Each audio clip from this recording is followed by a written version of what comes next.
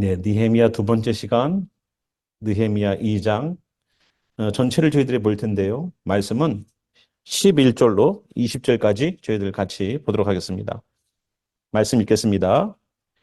내가 예루살렘에 이르러 머무른 지 사흘 만에 내 하나님께서 예루살렘을 위해 무엇을 할 것인지 내 마음에 주신 것을 내가 아무에게도 말하지 아니하고 밤에 일어나 몇몇 사람과 함께 나갈새 내가 탄 짐승 외에는 다른 짐승이 없더라. 그 밤에 골짜기 문으로 나아가서 용정으로 분문에 이르르는 동안에 보니 예루살렘 성벽이 다 무너졌고 성문은 불탔더라. 앞으로 나아가 샘문과 왕의 못에 이르러서는 탄 짐승이 지나갈 곳이 없는지라.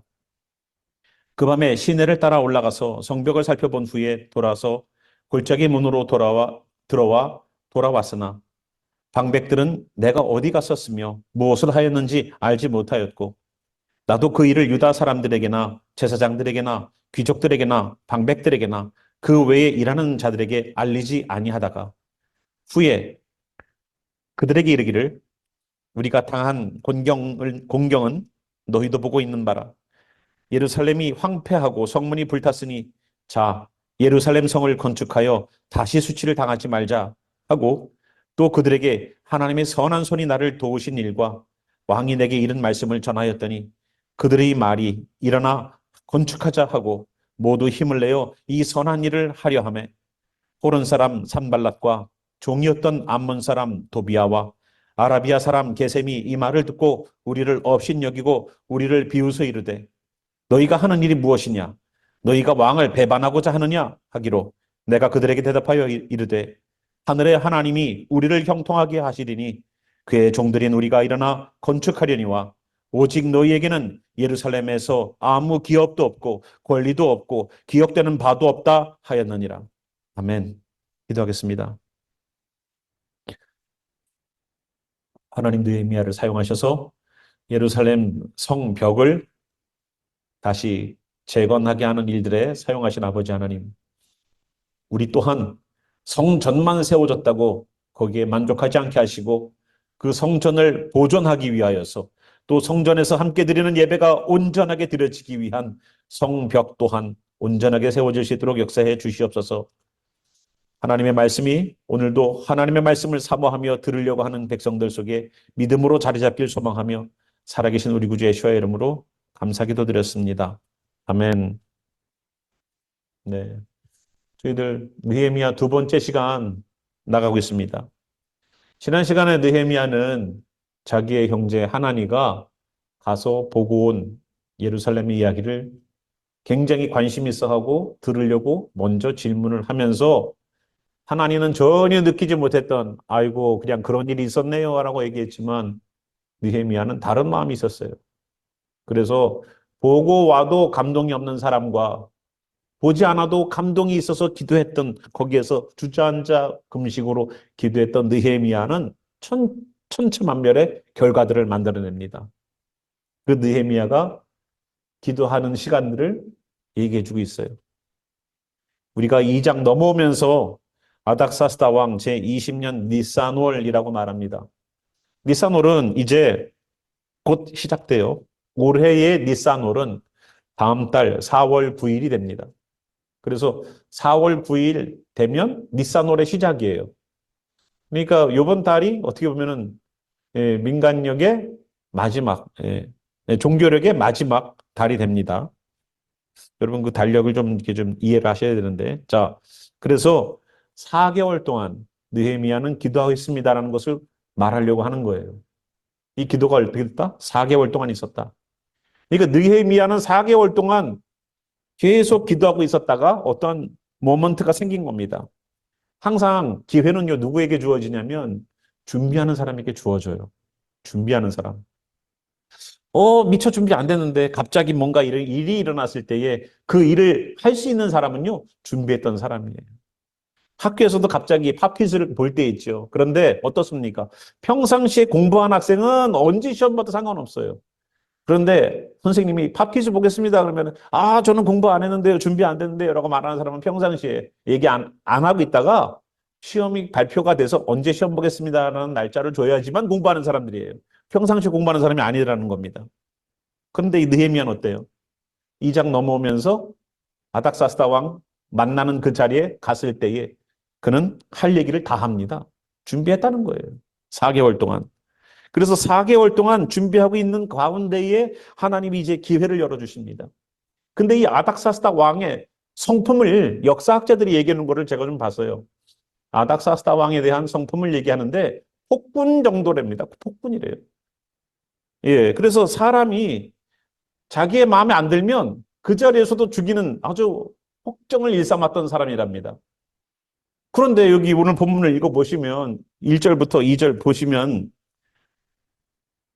2장 1절 보니까 내가 그 포도주를 왕에게 드렸는데 이전에는 내가 왕 앞에서 수심이 없었더니 왕이 내게 대하여 이르시되 내가 병이 없거늘 어찌하여 얼굴에 수심이 있느냐라고 물어보더라는 겁니다.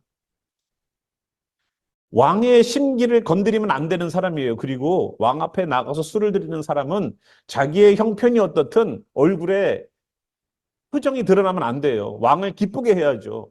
그죠? 왕을 기쁘게 해야 되는데 오늘 와이프랑 싸웠어. 그냥 인상 쓰고 가갖고 그냥 왕 앞에서 술을 드리는지 마는지 그냥 마시든지 말든지 뭐 왕이 어떻게 생각하겠어요? 왕이 너 내일부터 나오지 마. 내일부터 나오지 마. 직장만 잘리면 그래도 나은데 넌 내일부터 나오지 말고 저 감옥에 가 있어. 지난번에 우리 요셉의 케이스가 어땠어요? 술 가는 장 감옥에 잡혀 있었지 않습니까? 이렇게 될 가능성이 있더라는 거예요. 그래서 얼굴에 수심을 띠고 왕에게 나가면 안 돼요. 그리고 이렇게 폭군인 왕의 앞에서는 내가 갖고 있는 내 감정과 태도를 보이면 안 돼요. 그런데 왕이 감지할 정도로 아니 왜 네가 병이 없거나 얼굴에 수심이 가득하냐라고 얘기하는 겁니다. 평상시에는 안 그랬는데 이 사람이 태도가 지금 얼굴이 잠딱 딱 보기만 해도 아이고 무슨 걱정이 있나 싶을 정도로다가 이게 물어보더라는 거예요.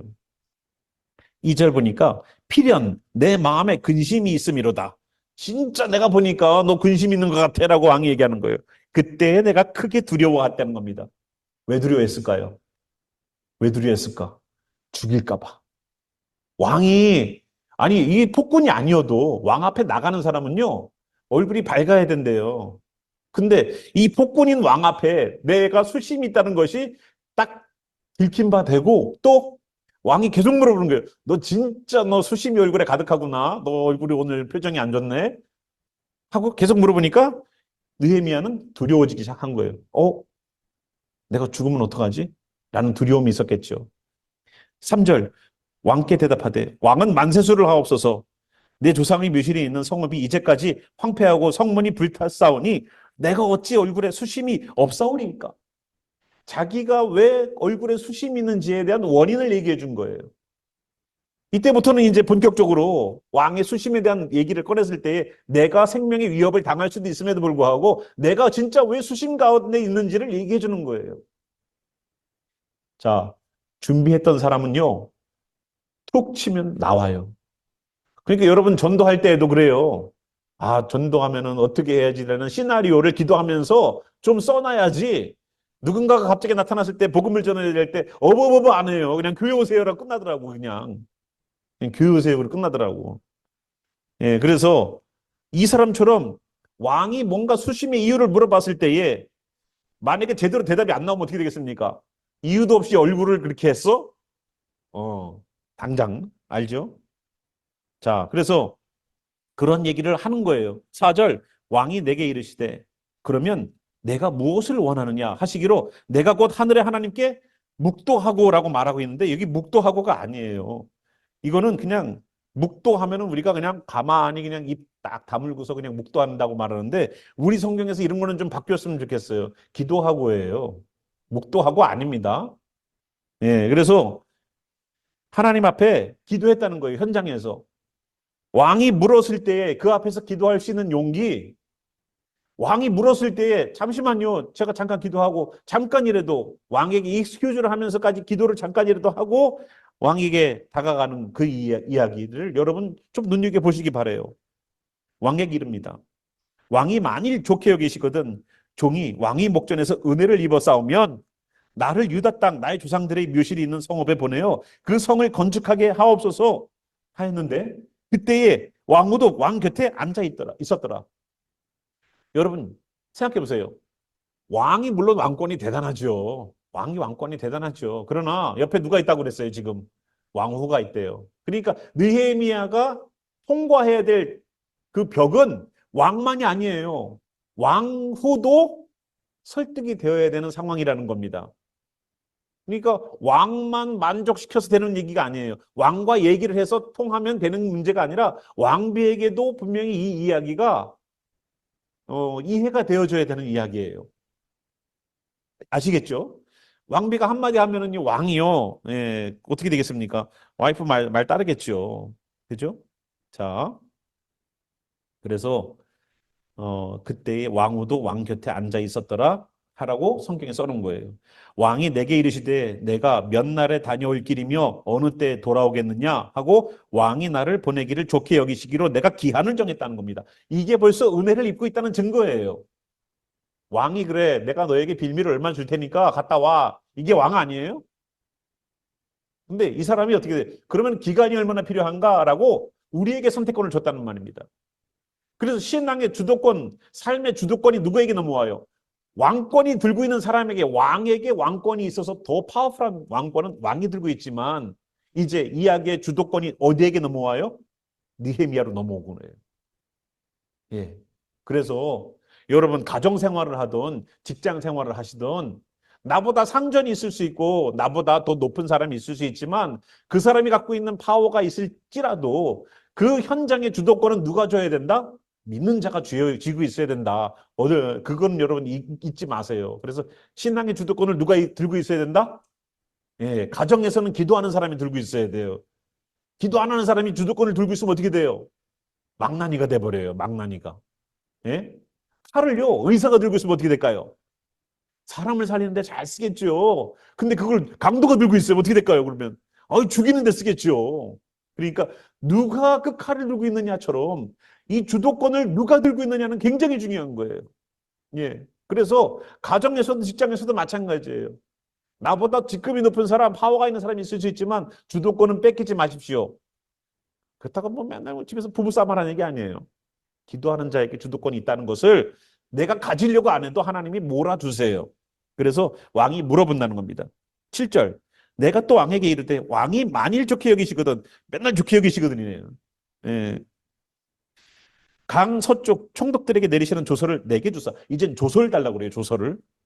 그래서 그들이 나를 용납하여 유다에 들어가기까지 통과하게 하시고 왕의 조서, 왕의 직인이요 나를 통과시키시오 하면 국경을 열어준다는 뜻이에요.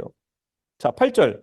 또 왕의 살림감독 아삽에게 조서를 내리사 그가 성전에 속한 영문의 문과 성전에 속한 영문이라는 문입니다. 그 문과 성곽과 내가 들어갈 집을 위하여 들보로 쓸 제목을 내게 주게 하옵소서 하며 내 하나님의 선한 손이 나를 도우심으로 왕이 허락했다는 겁니다. 이제 왕에게 또 뭘 요구해요? 왕이 좋게 여기시거든 내가 갈 길들에 길을 열어줄 수 있도록 해주시고 또 나무가 좀 필요한데 나무 좀 이렇게 해주십시오 하고 얘기를 하는 거예요. 그러니까 왕이 도와줬는데 왕이 허락했는데 그거를 성경 뭐라고 썼냐면 내 하나님의 선한 손이 나를 도우셨다는 거예요.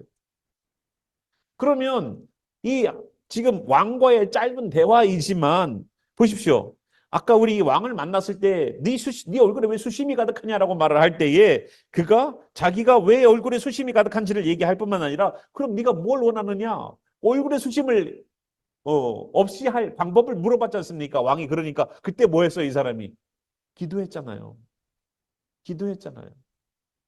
기도가 불과 몇 마디 후에는 내 하나님의 선한 손이 나를 도우심으로라고 하나님이 나를 도우셨구나.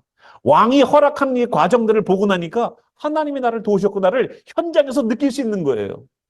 그죠? 그래서 하나님께서 함께 하심을 왕의 허락하심을 통해서 왕이 허락하는 걸 보니까 하나님이 정말로 내 기도와 함께 하셨어. 4개월간 기도했던 그 기도의 내용들이 왕 앞에서 기회가 나와서 얘기할 때에 그 기회가 기회를 살릴 수 있는 기회로 열매를 맺더라는 거예요. 그러니까 우리가 무슨 일을 하기 전에는 항상 뭐부터 해라? 기도부터 하라. 기도부터 해라. 하나님이 우리 쓸 것을 아시고 모든 걸 아신다고 그래도 뭐부터 해라? 기도부터 해라. 기도부터 해라. 아니, 뭐 하나님 다 아시는데 뭐 굳이 기도를 해요. 아니, 그거 내 생각이죠. 그러면은 하나님은 그렇지 않으신 분이에요. 내 필요를 뭔지 다 아시지만 우리로 하여금 하나님께 알게 하셨잖아요. 그게 하나님에 대한 신뢰를 보여주는 거예요. 신뢰를 보여주는 거예요. 그래서 하나님에 대한 신뢰를 내가 계속 주님께서 내 형편과 사정을 다 아시지만 주께서 허락해 주시기를 소원합니다 하고 기도하면서 응답을 기다릴 때 왕과 몇 마디 대화 속에 벌써 하나님의 손이 나와 함께 하시는구나. 그래서 왕이 허락했구나라는 것을 느헤미야는 알았어요. 하나님과 함께 뭐 하고 있어요? 현장을 확인하고 있어요. 계속. 아, 하나님 함께 하고 있구나. 나와 동행하시는구나. 기도하는 사람의 맛이 바로 이거 아닌가 생각합니다.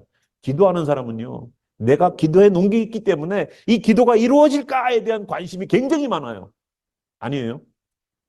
여러분 기도하고 있는 제목이 있으면요, 이 기도가 이루어질까에 대한 관심이 있어요, 없어요? 있죠. 거기에 온통 관심이 써 있어요. 하나님 이 기도를 들어주실까에 관심이 굉장히 많아요. 근데 기도 안 하는 사람은 어떨까요? 인생에 관심이 없어요. 그냥 되면 되고 말면 말고예요. 뭐 하나님 허락하시면 하는 거고 뭐 아니면 마는 거지 뭐. 그러니 그렇게 살아가요. 그냥 막 살아가, 막 살아가 그냥. 자, 그래서 하나님의 손이 도우셨다는 것을 이 사람이 확인했어요. 왕이 도우시는 걸 통해서 하나님이 나와 함께 하시는 걸 확인했어요. 9절, 군대 장관과 마병을 보내어 나와 함께 하시기로 내가 강 서쪽에 있는 총독들에게 이르러 왕의 조서를 전달하였더니 호른 사람 산발락과 종이었던 암몬 사람 도비아가 이스라엘 자손을 흥왕하게 하려는 사람이 왔다 함을 듣고 심히 근심하더라. 이제 이스라엘 사람들을 흥왕하게 할 사람이 왔다 함을 듣고 나니까 산발락과 도비아라는 사람이 경계심을 갖기 시작했다는 겁니다. 그죠? 예. 그러니까 이 사람들은 뭐예요? 이스라엘 흥왕하는 것을 원치 않았던 사람이에요. 이스라엘이 잘 되는 걸 원치 않아요. 그죠? 아마 이 지역에도 저희 교회가 흥왕하는 것에 대해서 원치 않는 사람이 있을 것 같아요. 그죠? 난 두 사람 기억나는데, 자, 11절 보니까 내가 예루살렘에 이르러 머무른 지 사흘이 지났어요. 근데도 아무런 것도 하지 않았어요. 사흘 동안 아무런 것도 하지 않았어요. 그리고 12절 보니까 내가 내 하나님께서 예루살렘을 위하여서 무엇을 할 것인지 내 마음에 주신 것을 하나님이 이미 이 느헤미야에게 예루살렘에 도착해서 너 뭐 해라 라는 마음을 기도 가운데 주셨다는 겁니다. 근데 그거를 얘기하지 않았다는 거예요. 내가 아무에게도 말하지 아니하고 밤에 일어나 몇몇 사람과 함께 나갈새 내가 탄 짐승 외에는 다른 짐승이 없더라. 그러니까 자기가 낙이 한 마리 타고 가는 그 낙이 한 마리밖에 말 한 마리인지 그 짐승 외에는 없더라는 거예요. 그 밤에 골짜기 문으로 나아가서 용정으로 분문에 이르는 동안에 보니 예루살렘 성벽이 다 무너졌고 성문은 불탔더라. 앞으로 나아가 샘문과 왕의 모처에 이르러서는 탄 짐승이 지나갈 곳이 없는지라. 그 밤에 시내를 따라 올라가서 성벽을 살펴본 후에 돌아가서 골짜기 문으로 들어와 돌아왔으나 그러니까 짐승이 더 이상 갈 만큼 공간 안 남았어요. 여기 그 뒤에 그림에는 그래도 뭐 아치도 좀 이렇게 좀 살아있고 좀 그렇지만 내가 타고 가는 말 한마디인지 말 한 마리인지 낙이 한 마리인지는 몰라도 그 짐승마저도 통과 못할 아주 좁은 그러한 갭이 있는 그곳밖에 안 남더라는 겁니다. 그래도 그에서 이 느헤미야가 어때요? 그래서 거기를 빠져나와서 그 밤에 시내를 따라 예, 짐승이 못 가도 나는 계속 다닌 거예요. 그래서 다 돌아보고 온 거예요. 아유, 그냥 뭐, 나귀가 오늘 여기밖에 못 가네. 이거 다 돌려면 힘드니까. 다음에 또 와야지. 하지 않았고, 나귀가 못 가면 자기 자신들도 그 성벽에 올라가서 다 돌고 왔다는 겁니다. 그런데 여기에서 보면요. 13절과 15절에 본이라는 단어와 성벽을 살펴본 후라는 단어가 나와요. 그죠? 여기에서 봤다라는 이 단어가요. 어떻게 히브리 말로 쓰였냐면은 제가 찾아보니까 사베르라고 써요. 사베르라고 했는데 이거는요 의학 용어예요. 의학 용어인데 어떤 용어냐면 병원에서 의사가 어떤 사람이 다쳐갖고 왔어요. 그럼 이 상처가 어떤지를 보기 위해서 아주 그냥 잘 천천히 불을 밝혀놓고 자세히 들여다보는 그거를 말하고 있어요. 상처가 얼마나 깊은지를 자세히 들여다보는 의료 행위를 말할 때에 보았다. 여기서 말하는, 그러니까 우리가 말로 좀 더 자세하게 바꾸면 검사하다, 치료를 위한, 상처를 위한 주의 깊게 살펴보다라는 뜻이 있어요. 그냥 쓱 둘러보고 온 게 아니에요. 꼼꼼히 들여다보고 왔다는 뜻이에요. 꼼꼼히 들여다보고 왜 왔을까? 그렇게까지 그냥 나귀가 못 가면은 그냥 못 가지, 그냥 거기까지 가서는 확 성벽 위로 올라가갖고 여기저기 돌아오고, 시계의 반대 방향으로 도는 거예요. 서쪽부터 시작해서 저기 남쪽을 돌아서 이렇게 돌아서 온 거예요. 예루살렘 성. 돌아보고 와서 아무도 얘기 안 하고 있다가 16절 보니까 방백들은 내가 어디 갔었으며 무엇을 하였는지 알지 못하였고 나도 그 일을 유다 사람들에게나 제사장들에게나 귀족들에게나 방백들에게나 그 외에 일하는 자들에게 알리지 아니하다가 후에, 언젠지 며칠인지 안 나와 있습니다만, 후에 그들에게 이르기를 우리가 당한 곤경은 너희도 보고 있는 바라. 예. 예루살렘이 황폐하고 성문이 불탔으니 자 예루살렘 성을 건축하여 다시 수치를 당하지 말자 하고, 또 그들에게 하나님의 선한 손이 나를 도우신 일과 왕이 내게 이른 말씀을 전하였더니 라고 말하고 있어요. 느헤미야는 혼자 일할 수 없었습니다. 아무리 자기가 목재를 들고 와서, 여러분 우리 함께 목재를 가지고 왔으니 우리 예루살렘 성을 이제 제대로 좀 접어봅시다 라고 말을 할 때에 이 사람들이 그래요 같이 집시다 라고 말을 할까요? 예루살렘 성전이 무너진 지, 예루살렘 성벽이 무너진 지 150년이 지났어요. 150년이 지났어요. 지금까지 성벽 없어도 그래도 사는 데는 지장이 별로 없었어요.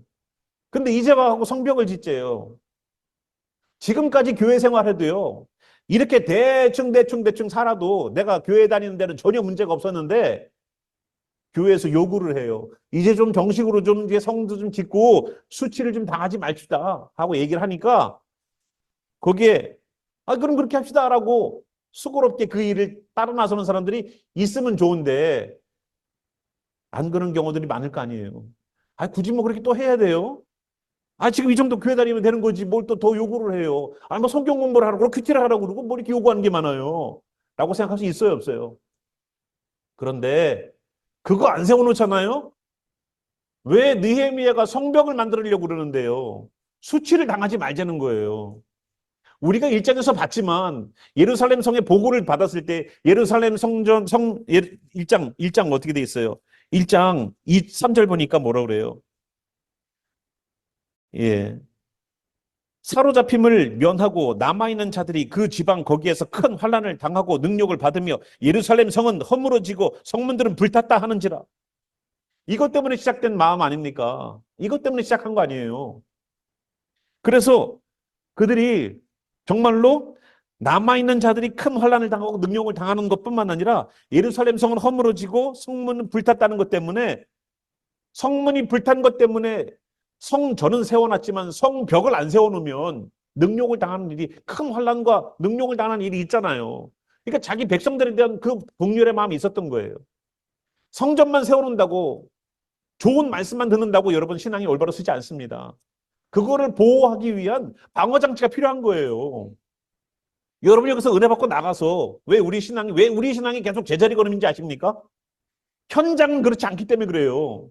내가 은혜 받고 나가는 현장은 늘 변화 없는 현장이니까, 내가 이겨낼 수 없고 내가 견딜 수 없는 현장이니까 늘 가서 또 넘어지고 다른 데 쳇바퀴 도는 식으로다가 발전이 없는 거예요. 우리의 신앙이 자라지 않는 거예요. 뭐가 있어야 되니까? 내 신앙을 보호해 줄 만한 성벽이 있어야 되니까. 예수님도 그래서 요한복음 17장에 아버지께서 내게 주신 이름을 나도 저들에게 주었다고 말했어요. 그래서 저들을 보존하소서라고 말했단 말이에요. 무엇으로 그들의 신앙을 보존할 수 있었을까요? 예수님의 이름이었었어요. 예수님에게 있어서는. 그러나 이 당시 사람들에게 있어서는 성벽 아닙니까? 그러니까 성벽을 져도 되고 안 져도 되고 하는 150년의 시간이 흐르면 느헤미야가 그들을 설득할 때 우리 성벽을 집시다 라고 말할 때 아이고 여태까지 없었는데 뭐하러 또 짓습니까? 라고 말할 수 있다는 겁니다. 충분히. 또한 거기에 느헤미야에 대하여서 싫어했던 사람들이 있었는가? 산발랏, 도비야, 게셈 같은 사람들이 등장해서 더 이상 이 일들이 진행되지 않도록 계속 방해를 하는 일들을 할 겁니다. 느헤미야는 계속적으로 자기가 갖고 있던 품었던 하나님의 마음, 4개월 동안 기도했고 얼마 정도 기간이 흘렀는지는 모르지만 800마일이 넘는 거리를 걸어오면서 이 예루살렘으로 당도했지 않습니까? 그래서 하나님의 일들이 이루잖아요. 이 일들이 이루는 모든 과정 가운데 하나님이 함께 하셨지 않습니까? 그래서 그들을 설득해야만 돼요. 나만 하는 게 아니라 그들을 설득해야만 돼요. 그런데 설득하는 방법은 뭐였습니까? 하나님께서 우리 선한 손으로 나를 도우신 일과 왕이 내게 이런 말을 전했다는 거예요. 하나님이 함께 하시는 일이라는 거예요. 이 일은 하나님이 함께 하시는 일입니다. 당신들도 같이 동참하길 바랍니다. 그랬더니 18절 뭐라 그럽니까? 18절에 뭐라 그래요? 그들이 말이 일어나 건축하자 하고 모두 힘을 내어 이 선한 일을 하려 했다는 겁니다. 지금까지도 하나님이 선한 손이 도우셨죠. 지금까지 하나님 선한 손이 도우셨지만 이 사람들의 마음마저도 하나님이 설득되게 하셔서 같이 예루살렘 성을 짓는 일들을 한다는 것으로 그들이 함께 우리도 그렇게 건축합시다 라고 일어났다는 것 자체가 또 한 번의 응답이에요. 기도하는 자는 응답받고 응답받는 자는 또 응답받는 계기가 되는 거예요. 그래서 믿는 자는 계속적으로 하나님의 말씀 앞에서 살아가려고 몸부림치면 응답 뒤에 또 응답이 기다리고 있어요. 감사 뒤에 또 감사가 오는 것처럼. 그래서 이렇게 모두가 다 동참해서 우리가 성문을 집시다 라는 여태까지 150년 동안 있어도 없어도 이런 마음이 곤욕을 당할 때, 환난을 당할 때 왜 우리도 성벽이 있었으면 저런 사람들을 좀 막아낼 수 있었을 텐데 왜 아쉬운 마음이 없었겠어요. 근데 단 한 명도 그럼 우리 돌 하나라도 좀 올려봅시다 얘기하는 사람이 없었어요. 왜냐? 거기에는 산발랏과 도비야 같은 게셈 같은 사람들이 항상 방해를 놨거든요. 항상 돌 하나 올려놓으면 그 다음 나가고 발로 툭 쳐가지고 떨어뜨려 놓고 이랬을 거 아니에요. 야비하고 비열하고 교활하게. 그것 때문에 구심점들이 역할이 없었어요. 또 산발랏과 도비야 같은 사람들은요. 이 도비야는 토비야라는 뜻이에요. 하나님은 선하시다라는 이름이에요. 토부가 선하다라는 뜻이거든요. 하나님은 선하다라는 이름을 들고 있음에도 불구하고 선한 일을 안 해. 이름값도 못하는 인간. 그죠? 예. 그래서 이런 사람들이 계속적으로 방해했었는데 그 구심점적인 역할을 느헤미야가 와서 하나님께서 일은 도우시는 일이야. 하나님의 일이야 라고 말할 때 그들이 그럼 합시다 우리도 도웁시다 라고 말할 때 비웃으면서 나오는 무리가 세 사람이었어요. 산발랏 도비야 게셈. 예. 그래서 그 사람들이 뭐라 그래요? 우리를 업신여기고 우리를 비웃어 이르되 너희가 하는 일이 무엇이냐? 너희들 뭐 하려고 그러는데? 너희가 왕을 배반하고자 하느냐? 라고 왕의 권위를 등에 업고 나와요. 이거 너희들이 하라는 거 내가 보니까 뻔해. 느헤미야 지난번에 그 나무 들고 왔었을 때부터 대충 눈치는 챘었어. 우리가 뭐 할 건지 대충 감이 오는데 너희들이 뭘 하려고 그러는지 알지만 왕을 배반하는 일 아니냐? 라고 하는 거예요. 왕을 배반하고자 하느냐라고 질문을 던지는 거예요. 왕에게 허락을 받았나? 다들? 마음이 움츠러들었을 거 아니에요. 왕을 들고 나와 제일 큰 힘인. 근데 20절 보니까 뭐라 그래요? 느헤미야가 내가 그들에게 대답하여 이르되 뭐 있어요? 내가 누군가의 힘을 잊지 않고 당당하게 앞으로 나가요. 하늘의 하나님이 우리를 형통하게 하시리니 지금까지 나에게 역사하셨던 하나님, 나를 형통하게 지금 이 순간까지 역사하셨던 하나님, 그 하나님이 하늘의 하나님이 나를 형통하게 하신 것처럼 하늘의 하나님이 우리를 형통하게 하실 거야 라고 나가고 있어요. 그의 종들인 우리가 얼마나 멋있어요. 우리는 그의 종이래요. 우리 여기 있는 이스라엘 사람들은 그냥 일반인이 아니야. 그냥 한 나라의 국민이 아니야. 우리는 하나님의 종들이야. 하나님 백성도 아니고 하나님의 종들이래요. 얼마나 멋있는 말이에요. 여러분도 가정에서 한번 써봐요. 나는 하나님의 종이오니. 우리 목사님은 종이라고 부르지 말고. 예? 그러니까 종이라고 그러니까 맨날 종처럼 부리려고 그래. 예, 그러지 마요 좀 제발. 예. 저도 섬기려고 그러다가도 가끔씩 너무 종처럼 부리는 거 아니야? 하면 기분 나빠요. 그러니까 자 하나님의 종인 우리가 일어나. 너무 감동이지 않습니까? 그들의 종들인 우리가 일어나 건축하려니와 너희들 뭐 하려고? 그런데 우리 건축하려고 한다는 거예요. 오직 너희에게는 예루살렘에 아무 기업도 없고 권리도 없고 기억되는 바도 없다 하였느니라. 너희들은 이 예루살렘에 너희들은 지분이 없어. 너희들은 예루살렘에 권리도 없어. 너희들은 예루살렘에 아무 되는 사람들도 아니야. 너희들은 정말로 그런 사람들이에요? 아니에요. 이 사람들은 대제사장과 제사장들을 친구로 두고 있었고 대제사장의 가족들과 함께 결혼으로 이 친척 관계가 형성되어 있던 사람들이에요. 사돈 관계가.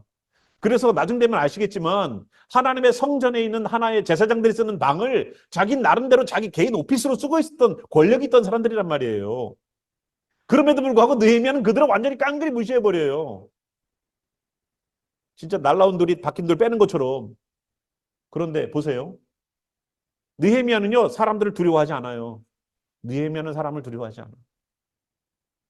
기도하는 사람은요 세상, 사람, 환경 안 두려워요. 뭐가 두려워요? 우리가 두려워할 대상은 누군데? 정말로 내가 두려워해야 될 대상은 누군데? 하나님인데.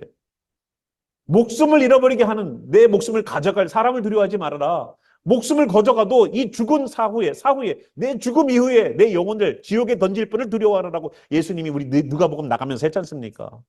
내가 정말로 두려워해야 될 대상은 하나님이에요. 사람이 아니에요. 그래서 베드로도 성령을 받고 나니까 너 다시 한번 복음 전하면 내가 다음엔 죽인다. 야, 내가 사람의 말을 듣는 것이 옳으냐? 하나님 말씀을 듣는 것이 옳으냐? 하나님을 기쁘시게 하는 것이 옳으냐? 사람을 기쁘게 하는 것이 옳으냐라고 어린아이가 당신도 예수님과 함께 있었던 자인데요 라는 그 말 앞에 도망갔던 베드로가 이제는 목숨을 가져간다고 해도 담대해지는 거예요. 하나님의 사람은 성령의 사람은요 세상을 두려워하지 않아요. 몸에 만약에 병이 있다고 치자고요. 야, 병 걸려서 죽으나 나중에 나이 들어 죽으나 똑같이 죽는 건데 주님 데려가소서. 하지만 치료해 주셔서 나를 회복시켜 주신다면 제가 복음을 증거하는 일들을 좀 더 할 수 있는 기회가 있네요. 주님 도와주세요. 예, 병 걸려서 죽자는 얘기가 아니라 주님 기회를 더 주세요. 내가 살려야 될 영혼들이 더 있습니다. 하고 주님 앞에 담대하게 나가는 우리가 되길 바랍니다. 그래서 오늘 그들이 뭐라고 우리를 비아냥거리고 들어와도 우리는 어떻게 나갔어요? 느헤미야는 아주 그냥 우리에게 그렇게 나왔을지라도 우리가 어떻게 나가요? 느헤미야는 그들이 우리를 비웃고 나왔을 때 느헤미야는 무시해버리고 나가버렸어요. 너희들은 예루살렘에 아무 지분도 없는 사람들이야. 너희들 예루살렘에 뭐가 있니 니들? 근데 실질적으로는 엄청난 지분이 있는 사람들임에도 불구하고 하나님 앞에서는 아니라는 거예요. 하나님 앞에서는. 그러니까 우리가 눈을 어떻게 봐야 된다. 어떤 사람이 어떤 얘기를 했을 때에 저 사람이 하나님께 속해져 있는 사람이냐? 그러면 충고로 들어야죠. 저 사람이 하나님께 속해져 있는 사람의 이야기라면 내가 충고로 들어야죠. 그러나 저 사람이 하나님께 속해져 있는 사람이 아니라면 무시하세요. 예, 언젠가 하나님 나라에서 볼 얼굴이 아닙니다. 이해되세요? 오늘 목사님 좀 세죠? 아니 좀 담대하게 사세요 좀. 예. 어차피 하나님 나라 가서 볼 얼굴이 아니면 뭐하러 거기다가 왜 쩔쩔매요? 느헤미야처럼 사시라고요. 우리도 한번. 나도 어디 가서 이거 써먹지? 느헤미야처럼 담대하게. 응? 당신네들은 예루살렘에 지분이 없어.